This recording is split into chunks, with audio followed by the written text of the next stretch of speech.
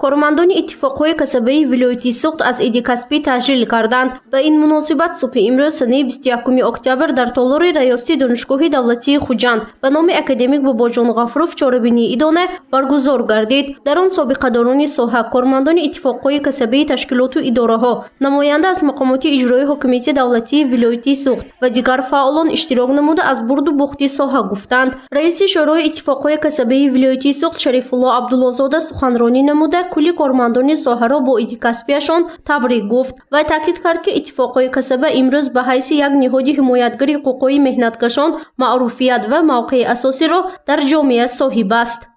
مرحله رشد اتفاقهای کسبی در دوران سال اخلالی از سال 2011 صفتاً آغاز یافت. همچون شریکی با اعتماد اجتماعی حکومت در اساس کنستیتوسیون جمهوری تاجیکستان، کودکس مهنت، قانون جمهوری تاجیکستان درباره اتفاقهای کسبی و دیگر سندهای معیاری حقوقی فعالیتش را پرثمر نمود.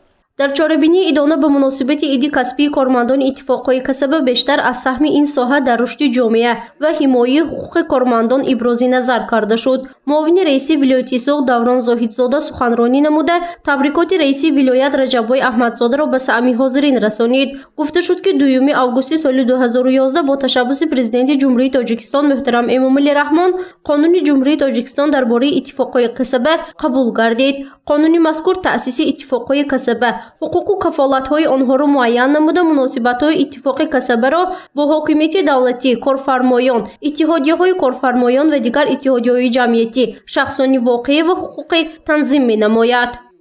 در مرحله‌های حساس کشور اتفاقهای کسبی با موقع سازنده خویش همیشه جانبدار سیاست کنستیتوسیونی مملکت بود و برای تحکیم صلح و وحدت ملی که از اولین‌ها شده در عهدنامه رضایت جامعه امضا گذاشت و اعضای شورای جمعیتی در سطح جمهوری و ولایت و شهر و ناحیه‌ها گردیده برای پایداری صلح و ثبات در مملکت سهمی باسزا گذاشت. در دوران استقلال اتفاقهای کسبی نیز همچون جزئی اجراناپذیر جامعه راه پرشرف و سعادتبار خود را طی نمود. زیرا اتفاقهای کسبی همچون محصول ایجاد انسان و تقاضای حیات نقش و جایگاه مناسب خود را دارد.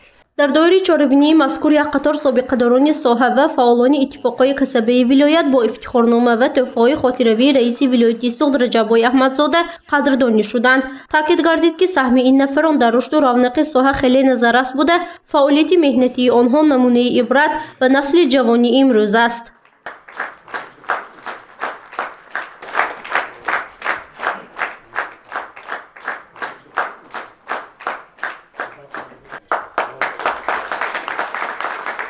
همچنین در این روز طبق فرمایش رئیس شورای اتفاقهای کسبی ولایتی سوخت شریف الله عبدالله‌زاده یک قطار کارمندان اتفاقهای کسبی تشکیلات و اداره‌های شهر و نواحی ولایت، فعالان، سابقه‌داران ساحه، نمایندگان وسایط اخبار عامه و دیگر اشتراکچیان چاره‌بینی با افتخارنامه و تحفه‌های خاطره‌ای شورای اتفاقهای کسبی ولایتی سوخت قدردانی شدند. این کار با مقصد رهبرندی کارمندان ساحه و هم توجه ظاهر نمودن به کسب پرمهنتی آنها روی دست گرفته شد.